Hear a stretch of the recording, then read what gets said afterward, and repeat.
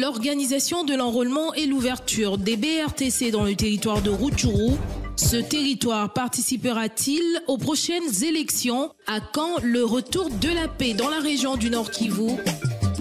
Débat au féminin, on parle ce samedi avec Madame Anastasie Masika, femme politique de Rutshuru.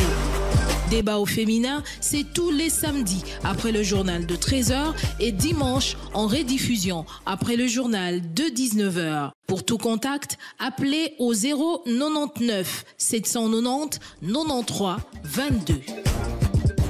Bienvenue dans ce nouveau numéro du débat au féminin, fidèle auditrice et auditeur de Top Congo FM, chers amis internautes. Merci de rester fidèle au programme de votre radio. Nous nous retrouvons pour ce nouveau numéro du débat au féminin qui reçoit pour vous Madame Anastasie Masika. Elle est femme politique du Rutshuru. Le Rutshuru, c'est l'un des territoires de la province du Nord Kivu. Cette émission, nous allons la faire exceptionnellement en lingala aujourd'hui. Maman Masika Mbotenayo pe merci Nandenge Oye na studio Nabiso à Top Congo. Merci maman Mamichela. Alors ensemble avec elle, nous allons parler de la situation humanitaire, de la situation sécuritaire, des élections, mais également des préparatifs de la rentrée scolaire dans cette zone du pays qui est occupée par les rebelles du M23. Maman Masika, situation na territoire à Rutshuru, eza penza ndenge nini lelo outi kuna ozalaki wana il y a un mois. Tolingi toyeba situation eza ndenge nini otiki Rutshuru ndenge nini. Merci beaucoup. Nakobana no kopesa mbote. Bonjour Top Congo, bonjour na ba auditeur nyonso bazolanda ngai bisika nyonso bango bazali bato ya Rutshuru chefferie ya Bwito bozolanda nga na Top Congo. Naza mama na bino Masika Anastasie. Maman, du côté humanitaire d'abord, na côté ya Rutshuru bato nyonso to bayebi ke Rutshuru na miniti oyo ti lelo eza na kati ya maboko ya badongolo miso ba M23 banguna ya République démocratique du Congo baza kuna ti lelo nano balongwe te kasi na kolongwa wana te donc ba population eza na kati ya pasi ya kosakana te mama à tel point que vraiment ce que le gouvernement peut et ça l'urgence ça sera une urgence, c'est une urgence où il faut ba déjà que baza na kati ya koyeba ke kuna problème eza makasi côté humanitaire nzala makasi bana bazotanga te boza na kati ya koyeba ke kishishe eza na kati ya groupement ya Bambu ezalaki attaqué batu babomaki batu en cascade kuna M23 batu baye ko kimela kaka na chefferie parce que il faut boye batu faut baye déjà que na Rutshuru c'est comme si awa na Kinshasa batu baye baka ndenge Rutshuru ezaka composé okoyebisa biso mais pesa biso na situation oyo tikaki tango utikuna olobi nzala eza makasi est-ce que batu bakenda ka bilanga est-ce que batu bazo vivre ndenge nini na Rutshuru batu bazo kende penza bilanga penza comme telti okoki ko accéder na bilanga na yo normalement ti donc le loko kende lobe okeite pona nini kobanga soki okoki ko kende oloni milona mais po obuka okobuka ngo pete donc badongolo miso bazawana parfois bakobomela bino na nini boza na bilili nyonso ke bilili ya mikolo nyonso ke bato bazokufa chaque jour à chaque moment et pourtant Rutshuru surtout chefferie ya Bwito baza ba cultivateur bango ba vivaka kana bilanga siko soki donc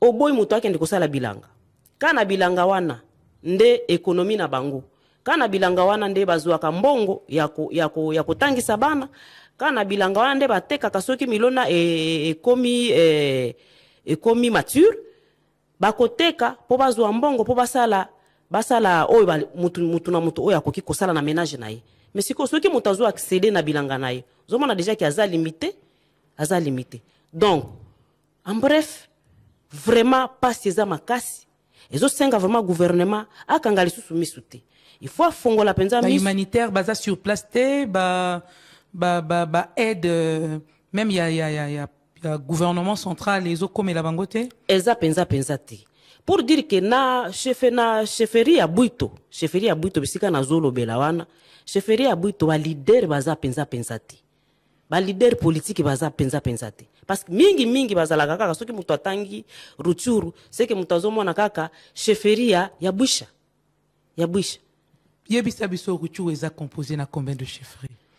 Mama Chela nani territoire ya Rutshuru ezalaka na 2 chefferies. Nous avons la chefferie de Bwisha et nous avons la chefferie de Bwito. Siko chefferie ni neza na maboko ya Banguna. Chefferie ya Bwisha nde eza na maboko ya Banguna. Donc en commençant par Rutshuru Kiwanja, Zwi Kiwanja, omati Rutshuru Bunagana Jomba, omati Tubarugari kuna nde chefferie oyo eza parce que Rumangabo wana nde base na bango. Nde chefferie oyo eza na kati ya kofandisa ba M23. Mais chefferie ya Bwito nde bisika na uti epai na ngai. Parce que ngai naza mwana ya groupement ya Mutanda na localité ya Kabanda. Nde epai na ngai. Kuna M23 akomate, afrola. Donc ayaka parce que tango bakomi na Kishishi kuna. Na Kishishi babomi batu, tango babomi muke baeko bazomata bakiti na groupement ya Mutanda nde bisika Kibirizi wana. Basala 20 jours. Basala quelques jours bazungi. Donc olingo ebisa biso ke na Rutshuru lelo eza pe na ba côté mususu eza sous contrôle ya forces armées en République démocratique du Congo. Justement mami Chela. Nous avons par exemple parce que na kati ya chefferie mena ya Bwito epai na ngai tozana 7 groupements. Tozana groupement ya Mutanda, tozana groupement ya Kanyabayonga, tozana groupement ya Kihondo, tozana groupement ya Bambu, tozana Tongo, tozana Bishusha, toza pe na Bukombo. Nyonso wana eza contrôlé na FRDC. Sikoyo Mutanda eza contrôlé na FRDC, Kanyabayonga eza contrôlé na FRDC, Kihondo pe eza contrôlé na FRDC, Bambu eza contrôlé na FRDC, na Tongo Ndambu eza contrôlé na FRDC. Visika M23 azali na chefferie ya Bwito eza kaka Bishusha na Bukombo. Nde bisika M23 anganzami. Naloba Ndambu ya parti ya Tongo. Donc de groupement na Ndambu. Nde bisika M23 azali.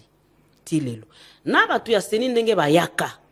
Bayebi deja ke kuna au moins balinga bazalaki na faveur ya kokoma kuna. Mais bakomaka te. Bakomate. Batu balobi kutu en tout cas na ko remercier ka Top Congo lokola ayambi ngai pour que na éclaircir opinion que suite ba biloko wana peut-être eza faute ya senite, peut-être eza faute ya manque ya leadership ya kozanga ba leader d'opinion ya kuna na chefferie surtout ya Bwito nde yango peut-être epesa kokoso. Mais awa ngai mutu naza ya kuna population bazole la mikolo nyonso mama okoki kolobela biso parce que Top Congo nda alekisaka ba information oyo eza sûr est-ce que akoki kolobela biso. Et aujourd'hui maintenant toza na difficulté maintenant ya koloba ke ono parce que tango seni akiti posa na bino penza eza nini pona moni obadi komema biso na côté ya seni alors que côté sécurité tosilisaki nanu te olobi chefferie moko eza kaka 2 groupement muteza na maboko ya M23 soki na landio malamu. Oui. Et na chefferie kuna mususu combien de groupements za maboko ya M23? Wana siko na kuki kotanga ba neti par exemple a Kiwanja Rutshuru do bango bandi M23 azaka kada a partir ya centre ya Rutshuru. Donc Kiwanja eza na kati ya Bwisha. Donc ye a part kaka ba localité mususu ya mike neti Binza eza na Bwisha. Mais yango eza penza occupé na M23. Sikoyo force ya EAC bango bazwami na Bunagana et puis wapi lisusu. Bango force ya EAC eza kaka kuna na Rutshuru. Mais côté toujours Bwisha.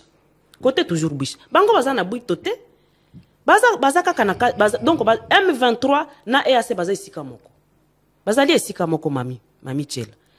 Kasi na chefferie ya Bwito bazate awa nazo yebisa na lobby na chefferie ya Bwito na 7 groupement na 4 na Ndambu baza contrôlé par ba force na biso ya FRDC. Vous comprendre. Donc, kuna sécurité zali. Parce que sécurité na biso, sécurité à chefferie ya buito, eza na maboko ya ba dongolo misote, eza na maboko ya FRDC. Et bongo ba déplacer ba utaki Rutshuru ba kenda na Goma. Bango ba utaki wapi? Effectivement, ba déplacer wana ba uta na chefferie ya Bwisha. Donc à partir ya kiwanja Omatiti Rutshuru centre, Omati Rubare, Omati Jomba, Bunagana, nde bango nyiso rugari wana bakita Goma. Nde bango bazana kaya Kanyaruchinya. Ba condition bazo vivre za ndenge nini? Ah, ba condition bazo vivre za déplorablement. Ero uti kuna olekaki kotala bango quand même. Na beta ki tour mais na kota ki penza na muzindo te parce que ko lela na bango tellement que baza abandonné à leur triste sort. Donc mutu okipe bango azate. Donc soki okomi kuna en tout cas zalaka ka yakobongama parce que pas si wana ko supporter yango te en tant que moboti. Bazo vanda na ba condition nini ba tongi ba tente ba hangar c'est comment? Oui ba tongela bango ba tente. Ba tamé mais si ko mama mami ba otongelo tente ozana eloka kolia te ozana otika bilanga na yo otika nyoso oyo ba tongeli tente kolia ndeni. Vous avez déjà que bazo sala ndeni pona ko vivre. Ba se débrouiller kaka bakotika na ville ya Goma ba se débrouiller ko beta ka libanga ka bana kinkande ba beta ka libanga. Mais ça ne suffit pas. Ça ne suffit pas yo mtu oza responsable utikinda kuna yo ovandi et puis oyebi mukoloko okozonga te parce que mutu moko azolo belabino te ça vraiment ça n'honore pas notre gouvernement en tout cas c'est ça un peu. Donc c'est ça un peu. Maintenant côté Kishishe parce que bango pe bakimaka ti bato ya Kishishe pe siko na côté ya chefferie ya Bwito bakimaka baeko kimela siko na Kanyabayonga kuna bakimeli kuna nde kuna arolma eko kuta bango kuna ndambo ya batu eko kuta bango na Kanyabayonga wana barolaka batu ya Kanyabayonga na batu ya bakimaka ndambo parce que tango M23 akiti na Kibirizi wana Kibirizi ndeza neti centre kama centre moko cité za centre moko za wana tango bakiti wana mbala moko batu bakimi tango bakimi bakoti bangonyo so na Kanyabayonga wana ndambo basarolaka na Kanyabayonga. Mais je vous fais savoir que au moni groupement ya Mutanda yango moko eza na 7 localités. Tango nazoloba cette localité donc tozana Kibirizi cité au moko ya Kibirizi zena plus de 80 000 habitants. O bazar rolete 20 000 dans le nakoloba 20%. Puisque au côté déjà na makambo yango ya enrôlement pas sinabino na Rutshuru lelo eza penza nini? Mami merci beaucoup. Pas sinabiso na Rutshuru. Ngai président Kadima ya Seni ava abanda makambo ya koarole batu poto changer ba carte tozalaka nango tokota na ba carte o tozana nango lelo abengisa tous les partis politiques na palais du peuple wana nazalaki pe moko nazalaki kuna alobi boy alobi nyoso alingaki alobi pasto banana na Kinshasa. Ba question ezalaki mituna ezalaki belé entre autres mituna ya kotuna sikoyo na république mobimbo lobiki okoaroli oyebi déjà que toza déjà na Ituri toza déjà na Rutshuru kuna ba M23 banganzameli batu kuna okosala ndenge nini aloba ye moko alobi la guerre ou pas on va arroler partout en RDC parce que tout le monde a kokende na ba élection sika sikoyo lokola ye aza le numéro patron ya Seni et Seni eza organe indépendant aza politisé te akoki kokoma pe politique te aza indépendant ye aza neutre pour dire que jusqu'à présent tozalaki na confiance que lokola le numéro 1 ya Seni alobaki partout. Mais ce qui va condition eza ko permettre te que Seni aya ko enrôler. Est-ce qu'il faut batia kaka ba vina bango en danger parce que bino bozo senga ke ba kende ko salela bino enrôlement na niveau ya territoire ya Rutshuru? Mama nazokoba sikoyo tangu ya alobi ayebi ye moko alobaki ono la guerre ou pas parce que alobaki enrôlement pe salemi Rutshuru ba enrôlé te. Aujourd'hui qu'est-ce que vous demandez? Non, enrôlement esalema ka bisika nyoso tangu sikoyo komi ke ono phase ya kuna ya Nord Kivu bakomi ba enrôlé ndambo et tangu zoloba ke ono bango baboyi ba se mettre en danger mais le gouvernement est là azo accompagner bango. Neti bisiko nga nazo tangela yo ke ono tozana ba groupement o eza contrôler na FARDC. Mais basenga ki na ba déplacer ba s'enrôler na Goma en donnant ba adresse na bango ya Rutshuru, ça a été fait n'est-ce pas? Kasi batu ya Kanyaruchinya ne nazo expliciter yo mamichela. Nazo expliciter OK batu ya Kanyaruchinya bango nyoso baza excusez baza bauti na chefe nani na cheferi moko ya Bwisha. Donc cheferi moko ya Bwisha. Bon, na éclaircir peut-être. Au moins, awa toza déjà na. Maman Anastasie, na lingi to se comprendre. D'accord. To si to dépasser étape et enrôlement. Enrôlement est si pe salemi par Rutshuru, Maindombe, balobaki, ba s'enrôler te parce que situation sécuritaire et permettre te que ba s'enrôler. Ba déposer ba candidature. Ba BRTC et fungwa makikunate. Mais au moins, Seni a réservé quelques sièges pour à maintenir la siège nyoso. Territoire où ils sont en proie à l'insécurité. Bisika o bakoka ki ko enrôler batute mais réserver quand même siège pour territoire na bino. Ko lelo souci na bino eza penzanini. Mama souci na bino ya biso majeur. Pona nini biso tokoki ko déposer candidature na biso. Parce que partout, déposaki. Sauf Rutshuru, Masisi. Toki ko déposer te ponani. Parce que, tango bango ba moni déjà que, enrôlé, réfugié. Donc, réfugié, uti na Bwisha, enrôlé, enrôlé bango na Kanyaruchinya, oyo, uta na Kishishe, na ndambo uta na Kibirizi kuna, na groupement ndambo wana, kimela na Kanyabayonga, enrôla pe batukuna. Pona nini pekisi biso, déposer dossier na biso ya candidature. Pourquoi? Parce qu'on n'a pas ouvert les BRTC pour des raisons sécuritaires. Non, mais balobi te ke beaucoup déposer candidature te. Mais tozo kende maman. Au moins politique na mboka na biso. Il faut qu'on lobaka quand même vérité. Bako la lisa yo donc on te fait dormir debout. Oza ko telema mais oza ko lala. Pona yebi déjà que bango baza na kati ya koyeba tango bakenda kwa role si bayi ke déjà que guerre za kuna pona ni baloba ke ono bo kuna to kwa role ndambuti mais on peut aller aux élections même avec les échantillons qu'on a enrôlé parce que tango ba rola ka bango c'était dans le but que ba kende na ba élection si qu'on na air ya biso to déposer au binoti. Mais parce que enrôler batunion sauté, enrôler juste les déplacer ou se déplacer qui non? Maman en 2018 na Beni. Bitumba pe zala ikuna pe na Ebola zala ki kuna excusez. Ebola zala ki pe kuna. Sikoyo na tango Ebola kutu eza maladie moko bako nani ko réadiquer yango. Mais sikoyo tango ekomi na niveau ke ono parce que bango bazongela bango sima.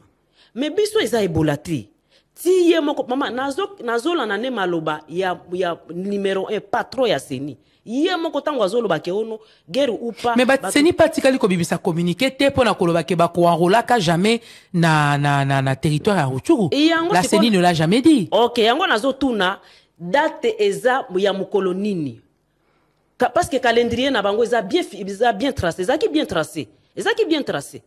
Que ndenge bazo kitana Nord Kivu boye territoire ya Rutshuru neti bisika oyo nga nazotangelo ba groupement oyo ba boyi ko donc pour bino proposition na bino ezali que ba enrôler ba groupement oyo ezali contrôlé par les FARDC. Maman d'abord problème ya liboso biso il fallait na nous to déposer parce que batikala ko yebisa biso te ke ono boko déposer ndenge nini enrôlement et salemi na nous te na pona batu nyonso boni bo sauter étape non to ko sauter étape te maman ceux qui neti par exemple na awa nazo parce que yo zo kata ngai tikanga na s'exprimer librement pour base na ngai bande ko na biso bazo yo kangai donc ceux qui malades eza na mboka bakozwa mboka mobimba te ke bino boya to luka échantillon pototala Ebola euti na maladie nini na bactérie nini te bakozwa une échantillon c'est-à-dire bakozwa une portion de en fait bakozwa kaka batu moko boye bazui par exemple 600 bakozwa 10 personnes la prélèvement na bateau bazali ko présenter ba symptômes to bateau baza ba cas suspect bakozwa kaka bako prélever na échantillon donc quelques personnes baza na ba cas yo bazo présenter ba symptômes. Ce n'est pas ça.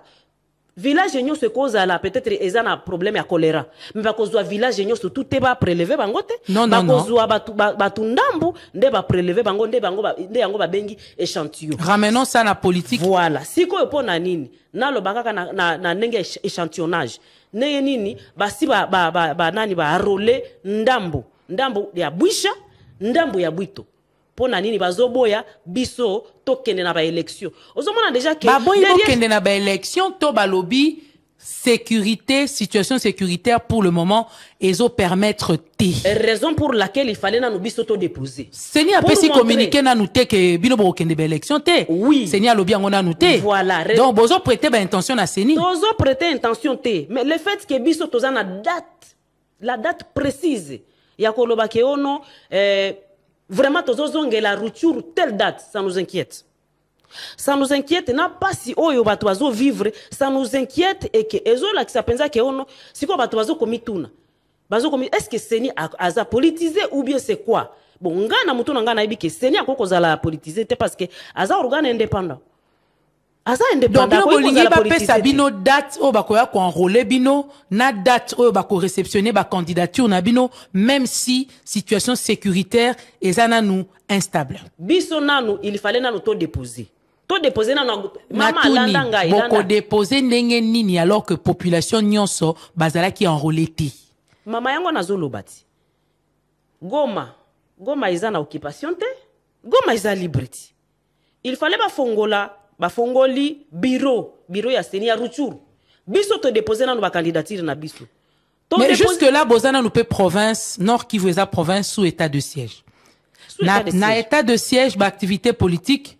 ezali autorisé te et bongo siko pona nini déposer candidature et continue bino bo battre campagne boko battre campagne ndenge nini alors que bozana état de siège ba activité politique eza autorisé te raison pour laquelle mami nazoloba na oboye biso soki ba pesa biso autorisation ya kolobono bo déposer parce qu'il fallait qu'on déposer à partir je crois du 26 je crois si je ne me trompe pas un jour avant dépôt ya candidature ono Rutshuru ya ko déposer te masisi pe ya ko déposer te et pourtant baebi déjà ba prépara ki biso te baebisa ki biso te ke ono lokola biso to enrôler ndambu bino Rutshuru na masisi bo s'engager na nuti batiki biso to préparer ba dossier na biso en bonne et due forme po to sa nini to kende ko déposer to comme na jour J ono bino boko déposer te déjà ils ont pesa boulou yeke na mitu ya batu nyonso ya territoire ya Rutshuru ko préparer ba dossier du moment où ba enrôlement ya ba o ba ko ya ko voter et salama ki nanu te pour na bino oui biso il fallait to préparer ba dossier na biso parce que seni alobaka na biso ke ono akosala élection partout élection akoki kosala ngo ndambu te do baka mata territoire oyo batika oyo nde basala non ekosala mabongo te et pour votre information mami oyebite ke nini territoire ya Rutshuru ezana 7 sièges o ba reconduire 7 sièges pour dire que na national tozana 7 na provincial pe tozana 7 na Masisi bazalaka na 8 national et 7 provincial 8 provincial plutôt pour dire que ceux qui ont combiné mi balé wana 16 plus 17 je crois ça les 34 Goma yango moko ezalaki 4 babakisaki 5e pour que donc fois 2 ceux qui ont bakisi na provincial comme 10 Nyiragongo azalaka na moko et comme mi balé siko mami on a déjà que en tout cas élection eko salema sans Rutshuru sans Masisi te pourquoi parce que ceux qui n'étaient par exemple tolobi ke ono toros de l'on ensemble nganayo so tolobi ke ono tokende na ba élection bongo Goma basi ba déposer malgré que baza na état de siège mais ba déposaki Nyiragongo pe baza na état de siège mais ba déposaki pourquoi pas mena Rutshuru na Masisi alors so tokende na ba calcul wana ki Goma ba kende na ba élection nationale provinciale Nyiragongo pe ba kende bongo toko zala kaka na 14 donc 5 nationaux et 5 provinciaux na Goma moko national na Nyiragongo moko provincial ce qui fait 12 non ce qui fait 14 na 14 wana oyebi tango bazolobo Nord Kivu le gouvernorat ya Nord Kivu eza composé kaka na Goma na Nyiragongo te eza composé na Nyiragongo Goma obakisi Ruchuru obakisi Masisi bongo siko na ba alire otozo kendeli provincial yango wana déjà ba silisi déjà ko déposer si bapesi 5 jours babakisi 5 jours mais au moins bazana kati ya kokendi sikoyo biso date précise ya kolobake ono Ruchuru ata kutu ya ndoto lisolo kutu ezate ozomona déjà que biso tozana inquiétude déjà que ezali que Ruchuru ezala exclu du processus électoral lokola Beni azalaka exclu en 2018 yango nazo ya kotuna sikoyo est-ce que biso ba ko exclure biso pona nini parce que biso tozaba congolais Ruchuru azana kati ya Congo Masisi azana kati ya Congo ba exclure yango pona nini et soki mais jusque là Seni apesina nous communiquer wana te akopesa ngo siko mukolo nini akopesa ngo mukolo il faut se déterminer parce que awa na septembre et phase déjà ya national ici silaki provincial pe ko sila e ko koma présidentiel akopesa ngo mukolo nini parce que ceux qui ono présidentiel bango bakomi ko déposer na septembre totikali kaka na octobre na novembre et novembre nyonso nde ezaka mois ya campagne biso siko tozotikala wapi ozomona te ke eza kopesa sikoyo pasi na République démocratique du Congo parce que wana ko exclure Ruchuru na Masisi donc eza ko balkaniser mama mais tangu Beni tangu ba votaki te na 2018 ezaki balkanisation te mama wana ezalaki ebola mami ezaki ebola ezaki M23 te ngai selon nga en tant que leader ya kuna donc moboti ata bana nyonso ata mwana nyonso aza soki infirme yo koloba te ke na la kisaka ba oyo baza bien infirme na tikae te selon nga il fallait ka to déposer ba élection ko sale manenge ko sale mabongo po dongolo miso azwa valeur te to pese valeur te pona bino ne pas organiser les élections c'est crédibiliser ou soutenir la présence il y a M23 na kati ya territoire na bino justement parce que na minute yoyo neti na minute onga nazolo banayo bango siko ba comme to sali 2 ans bana batanga kate siko na 2 ans wana ba moni déjà que c'est que toza na faveur ya ko sala nyoso ba komi siko il faut aluka siko nde ba recruter ba enseignants ba koma ba banda ko mobiliser ba parents que botinda bana na école boko tika bango ti jusqu'à quel jour parce que biso toza na biso gouvernement na biso na yebi ke bazana makasi est-ce que bazangi makasi penza ya ko buter dehors l'ennemi non la réponse c'est non alors pona nini okotika anga nazo peso exemple ozana bana 10 siko olobi na présenter kaka lokola balobi présenter vos 10 enfants olobon lokola oya za infirme na présenter te wana ozo moboti te ndenge eza bongo il fallait bisonyo sona Ruchuru na ba oyo basala portion basala enrôlement ndambo wana batu ya Kanyaruchinya na batu ya Bwito na chefferie ya Bwito kuna ndambo wana ba chefferie nini oyo esalaki enrôlement na o nini esali enrôlement te ba représenter et nani élection na 2023 na décembre mais ozo monate maman Anastasie soki bozalaki par exemple 5000 habitants exemple kaka na 5000 habitants na kaka 150 nde ba se faire enrôler au monite ke la complication même atana ba calcul en autant ba okende ko voter et osala koko sauter maman et osala koko sauter bango baza ba expert te ko sala koko sauter siko ba calculer nombre wana sur base ya pourcentage ko bima sur base ya nombre nini ya bato ngai na ko sala bango statistique te mais bango ba yebi déjà que koko so ezati yango na zolo babuyi lokola awa toza na tangeli ba groupement oyo eza sous contrôle ya FRDC est-ce que ceux qui FRDC aza isika yo koloba place wana eza na insécurité non toza na groupement ya Mutanda toza na Kanyabayonga toza na Kihondo toza na Bambu toza na Tongo Ndambu toza na bishusha toza na bukombo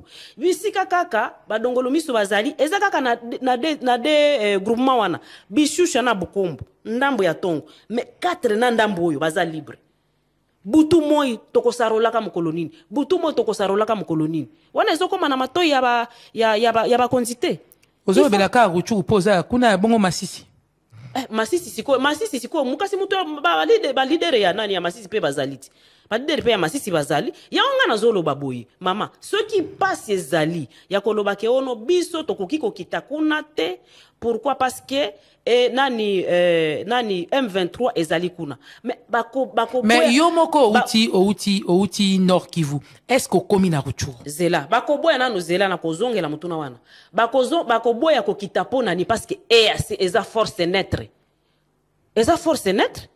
bango baza M23 te baza na facilité ya ko accéder na ba groupement nyonso oyo na trichement ya nani ya EAC po bakende ko sala enrôlement na bisika FRDC na biso azo sala contrôle sikoyo soki balobi ke bakende parce que ozo kata ngai fale na komati na suka wana tina bandeko na zonga na nosima mwa ndambo tina zoloba na lobi Goma soki tolobi ke toke na hypothèse wana koloba no Goma kaka bo bakende babo basi ba déposer bakende kaka na ba élection kuna tokota la sima mukolo nini date zoyebana te or seni azala na calendrier naye azo respecter yango vraiment siko akozonga kuna mukolo nini mais bonzo banga nini seni atikali kobimisa communiqué te po aloba que boko participer na processus électoral te est-ce que bosi bokutani bino ba ressortissant à Rutshuru bo memani kokutana na président a seni pour na ko exposer problème en tout cas si je ne me trompe pas nga personnellement tant nazoloba na kombo ya chefferie ya Bwito okutani na seni déjà nanu nakutani na président alors pourquoi les sans ko approcher bato baza na réponse na question na yebi déjà que même awa na Top Congo akoyoka ngai pe akopesa biso biyano parce que aza moboti yaza numéro 1 c'est le président ya seni akoyoka Top Congo akoyoka mongongo na biso tango nazo représenter masse nyonso ya chefferie ya Bwito o eza délaissé à leur triste sort parce que batu ya kishishi tango bakimaka ata mutu moko te akita pona kopesa ke ono ndenge bapesa ka batante bango bazalaki bongo te bazali kaka na ba école pe par ci par là kolala libanda donc bazalaki kana passe chefferie ya Bwito e bakipaka yango te yango nga nazoya awa nazoloba na compte ya chefferie ya Bwito o ezoko eza na kati yako formuler ba de chefferie ya nani ya ba de chefferie pour que tokoma na Rutshuru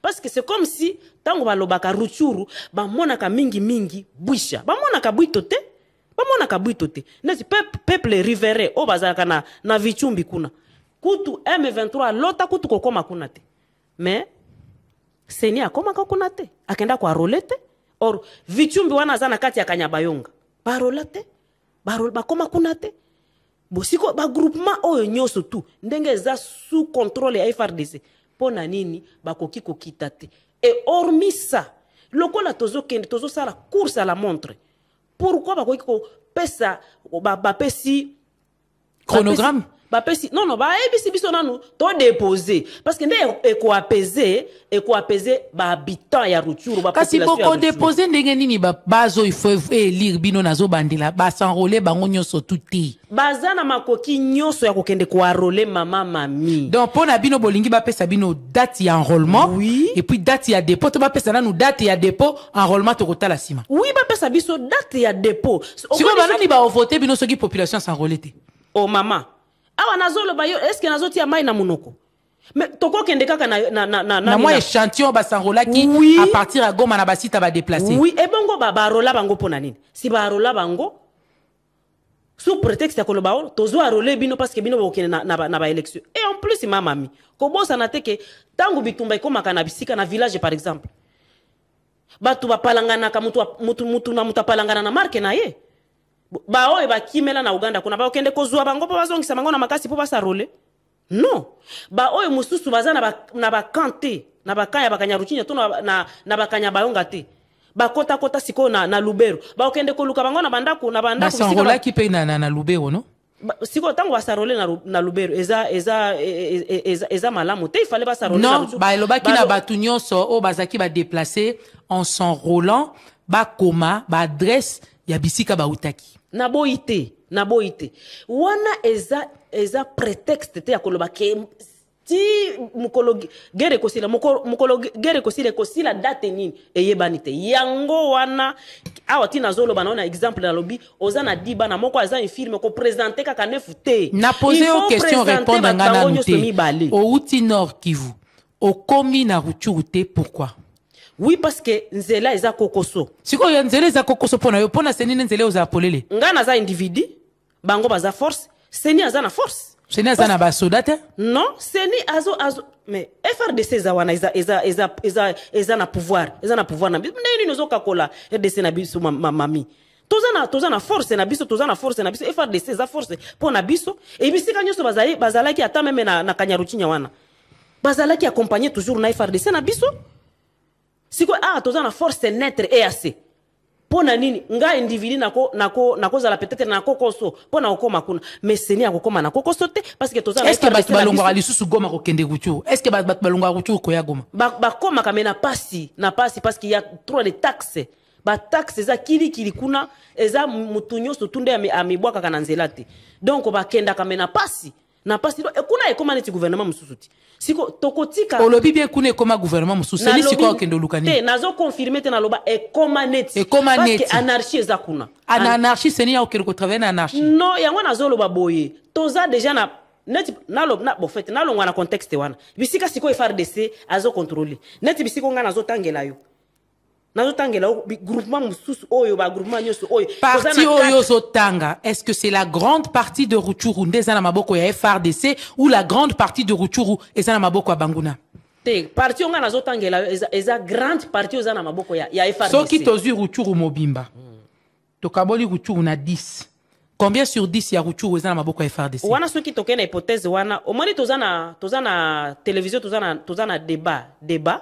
donc mututu alandaka débat Top Congo on n'a pas droit à l'erreur ya kosala erreur na kosala erreur wana ta koloba ke soki toza na 10 nazo kende kaka na ndenge ça veut dire oyebi pe bien te non mama proportion nini ya na changer question proportion nini ya territoire ya Rutshuru leloyo eza sous contrôle ya FRDC proportion nini eza sous contrôle ya M23 Bwisha ndeza na sous contrôle M23 Bwisha na bwito nini eza munene koleka muninga na koloba bwito ndeza munene bwito za munene ezana na set groupement ezawana et bon Bwisha ezana combien de groupements bon na zana calcul penza fixe te na koloba 6 or que je me suis trompé awa tozana media na koloba te ke ono eza autant mais nazoloba na côté ya chefferie ya bwito eza munene ke batiki yango ba rôler yango te pona nini depuis tout ce temps et toza na date fixe te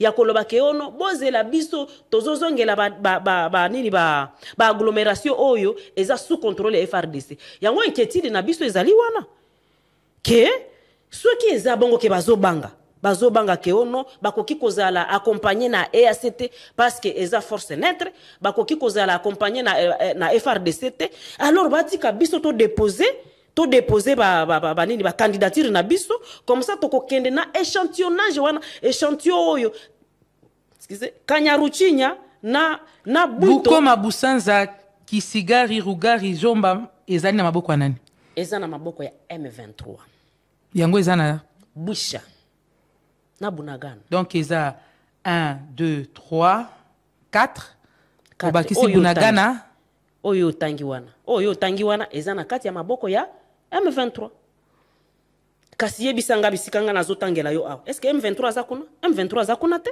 FRDC na biso nde mutazo contrôler butu moye mutaza kuna ye mutazo sécuriser population na biso pona nini kasi bozo se constituer te bosangani bokende kokutana na bakambi ya seni bosali memorandum na bino bo déposer pona ko poser ba problème o bozana ngo boloba biso côté na biso M23 azate biso tozana FRDC biso tozo senga boya ko enrôler biso pour epesa biso nzela ya ko déposer ba candidature. Pourquoi vous osala ngote? Mama, ngana kutu nazana memo zoloba kutu nazana memo fallait na kende ko déposer. Mais na yebi ke na nzela kutu nani Top Congo aza plus que memo bakoyoka ngai ba pesa biso nde date ya koloba ke mukolo nini biso to déposer. Soki to déposer ekopesa biso kimia na motema per territoire ya Rutshuru pe bakozala pe na kimia. Ozomona teke baza na inquiétude ya koloba est-ce que biso bakabi biso bazokaba biso na Rwanda tokoki kokabata 1 centimètre te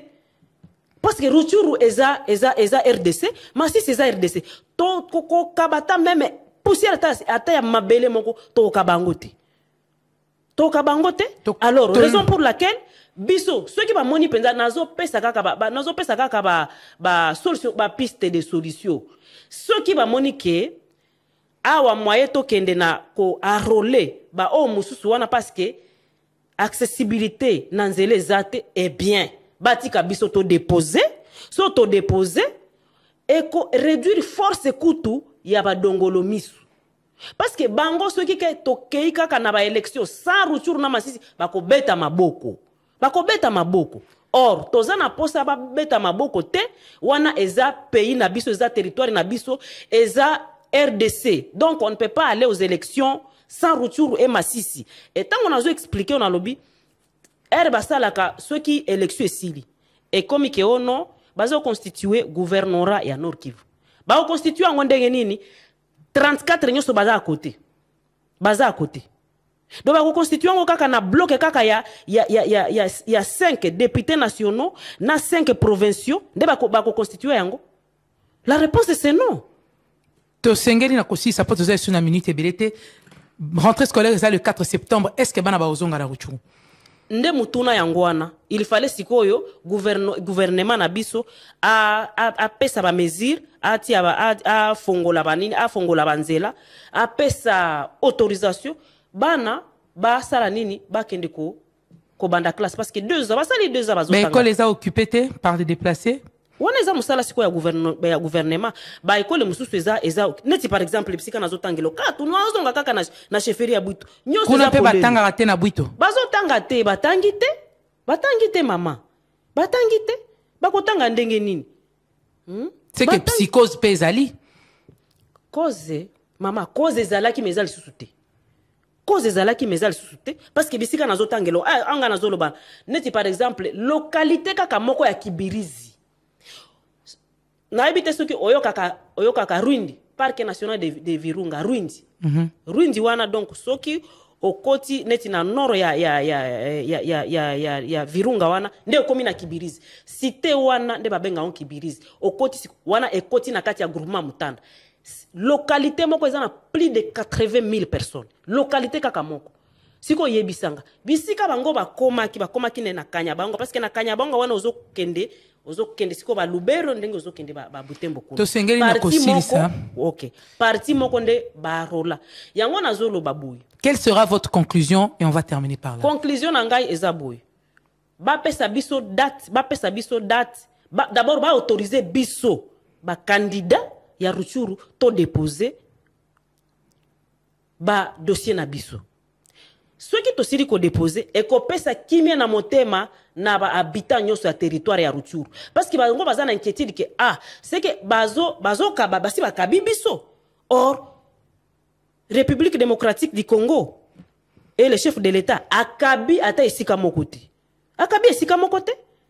alors pona kosilisa bango mayele ou bien kosilisa force na bango biso esengeli to déposer soki bako arole bako pesa date ya enrôlement wana ekolanda sima po ba pesa siko courage na ba habita ke c'est vrai batiki biso te bazana kati ya koluka kaka ba solution pour que biso to participer pe na ba élection et soki to sali ba élection te Rutshuru na Masisi ba representant na bango bakozwa bango wapi ni na parlement ni na province bakozwa bango wapi ozomona teke siko ekokoma siko ke ono OK tokabi bango indirectement bakomona ke bakabi Rutshuru na Masisi. Or soki ke ono M23 a beti maboko ke ono bakabelinga Rutshuru bakabelinga Masisi plutôt kobosana te ke Goma iza katikati po koma na Masisi il faut okoma na Goma po longwa Ruchuru M23 po longwa na Ruchuru po akoma na Masisi aleka kaka na ville ya Goma. Donc ville ya Goma automatiquement ekozala est tombé. Ce qui est tombé sikoyo Nord Kivu eza wapi? Parce que kuna na Ituri pe ezalaka na Beni kuna pe ba ADF baza kuna. Mobulu ka keza partout. Yango nga nazoloba boy.